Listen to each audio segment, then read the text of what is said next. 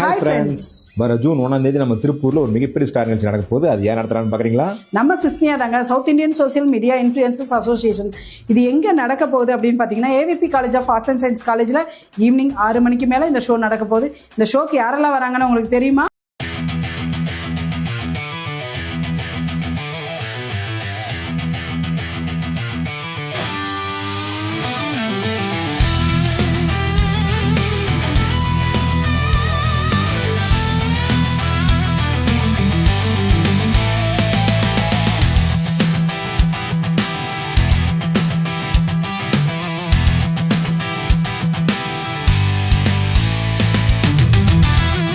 ஒரே ஆட்டம் பாட்டம் கொண்டாடுறதுக்கு போது நாங்களும் வரோம், நீங்களும் வாங்க.